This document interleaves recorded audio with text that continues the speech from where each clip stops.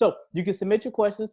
If you're watching the replay, you can't submit no questions. Well, you could, but it won't be live. Yeah, you could. Yeah, later. You could. But if you're live right now on one of these sites, you can actually submit a question.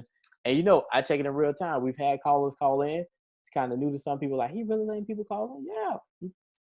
Like, we on, I don't want to say we're on break because some people get mad. We're not on a break, but it's a little bit different right now. So here we go. So we have an expert, even though it's an Ask DRK Child show. I'm going to give you my response, but you know what? Listen to her response. All right, so here we go. What is a good score? Here's my response. Here's the question that we got from the audience.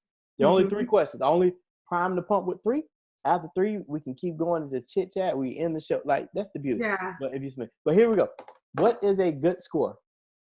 The highest score you can get on whichever test you take. That's the best score. That's all I got. That's all I got. What? Let me defer to the expert. Let me be quiet. Let me defer to the expert. What is a good score? I mean, I aim for all my kids to at least get the national average, even if we're starting at, I mean, I have kids starting at 600, 700.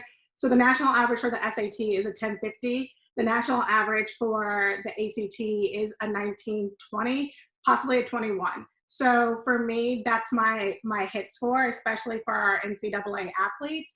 I want them to be there. But for me, it does depend because we're all coming from different cycles. We're not all at the same level and we're not starting at the same level. So a good score is a score that you felt confident when you were taking the test and you felt like you did your best work, and whatever the score is, that's that. So yeah. See, that's why she's on the show. Y'all don't need it. All right, so we got another question. Ooh. Can you use a calculator on the SAT and or ACT? And matter of fact, I know this was a question we got, but my phone is a calculator technically. No, you can't use your phone. All right, you can't use your phone. All right, so to my listening audience, I thought this is a calculator. I got a calculator app. She's saying it. All right, Jen. So can we use a calculator on these tests?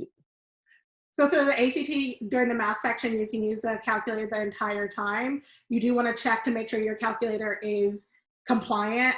They don't really check though, so it is what it is. For the SAT, you can use a calculator for section 4, which is a calculator section. You cannot use it for section 3, which is 1 through 20. So if your student is not really feeling a section without a calculator, then the ACT is probably for them.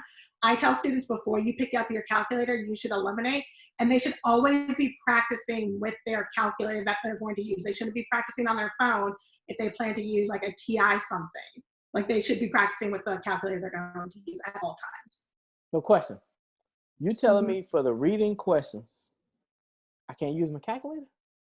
For questions 1 through 20 on the section 3 of the SAT, you cannot use a calculator. But I tell students all the time who get really nervous about that, but the test is still the right test for them. You could literally bomb the entire first section and only get 1 or 2 right and still be on track for a 1050-ish if you do everything right in the next section. So you want to identify some questions that you can do even if you don't have a calculator, or cut some patterns. So like if you see a 25, the answer is probably 5 because that's one of our roots, right? So just knowing that kind of stuff, prepare students to take it without a calculator, but you know, also remind them that there's a whole nother section. So if they get overwhelmed, you can make it up. So just for clarity, on the writing section, I can't have my calculator out just in case. Like on the, not like the regular writing, not the math, just on the writing. I can't just have a calculator just because like. You cannot have your calculator out until they tell you to take your calculator out. And that's true for the SAT and ACT. So even if my calculator is my, you know how people have like comfort things, my calculator is my comfort. I can't have it. All right, we're gonna move on to the next. I mean, it depends on the proctor. If the proctor lets you like cuddle with your calculator, sure. All right, last question. So here we go. You all know I don't go more than 30 minutes for both parts of the show. I'm checking email live. I'm not checking Twitter just because too much going on. Yeah. If you submit a question in the next 1 minute, we'll answer it. If not, this is the last question. Okay. What is your best preparation advice? So I think it's actually going to be surprising to a lot of people, but just because your kids are home right now does not mean this is the best time for them to prep. You kind of have to know your student and where they're at in terms of their anxiety and just feeling overwhelmed with moving to online learning. I usually say 8 weeks out from the test. Allegedly, we will have a test in June. I would start preparing for maybe the later months, so August, maybe September, because they probably will add some tests. For me, it's identifying the right book. So I have a list on my Twitter page. I'll make sure I put it on the educator page of the best books. 15 to 30 minutes a day is much better than 2 hours on the weekend. So I always tell my students, if you're hitting it daily, especially for the SAT, you're going to just start to identify their patterns and make sure that you are reviewing more than you are actually doing practice problems. So a lot of students will do practice test after practice test after practice test. That's really good in terms of prep for the big test prep companies that are trying to extend your test prep. But that's not necessarily good for a student because they're going over a lot of questions and they're only going over the ones that they got wrong. And they're going very quickly and they have a shallow review. For me, I have my students go over every single question, say to themselves, is this a question I'm going to be doing on the test? And then kind of make a game plan or say, this is not a question I'm getting right. And then check the content areas to see, can I afford to get this wrong? So you want, in terms of test prep, I always tell people you want depth instead of width. You want to make sure that you're reviewing more and more problems and taking more time to review than actually just doing practice tests. That was some amazing advice on the Ask the RK Child show. This is Jenn the Tutor. Jenn, on this show, shout out your information. Shout out how people can contact you. Shout out why should people contact you. I would say she prepared me for ACT by lying, but it would have sounded like a good plug. But she is the best. She's the best SAT ACT preparer. I don't say tutor because like she's like the expert. She's the best ACT SAT expert.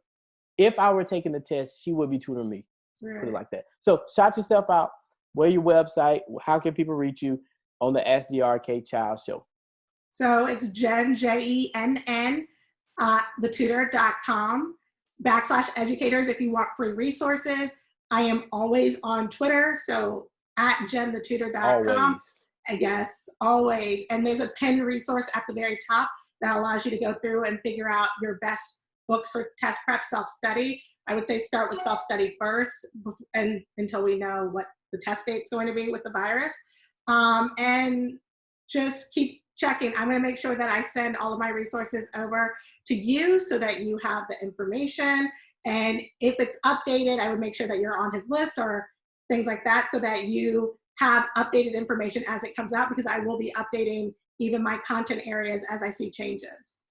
Matter of fact, on my site, I'm going to link out to her site. So where you see her name, I'm going to put like in parentheses website and you're going to link out. Yeah. Hey, I can do a little coding, y'all. Yeah. Underestimate child. Hey, this is, all right, I'm going to double check one more time because the people say, well, you can get me. I'm looking at it now. Nobody sent a message. That's fine. This website, this show is going to live on forever on social media platforms. Forever. Our responses may change. We'll do another episode in the future, but this has been the Ask the RK Child show. We appreciate you tuning in. Thanks, Jenn the Tutor. Thank you. Is awesomest a word? That's probably like an SAT question. She's the most awesomest. I don't like to use LY or expanded words, so okay. I always keep it very simple. So she said I can't use that word, y'all. I mean, I'm saying you can, but this is the best person for the job. She can get the job. Look like a politician. She can get the job done. A vote for Jenn the Tutor is a vote. All right, we out.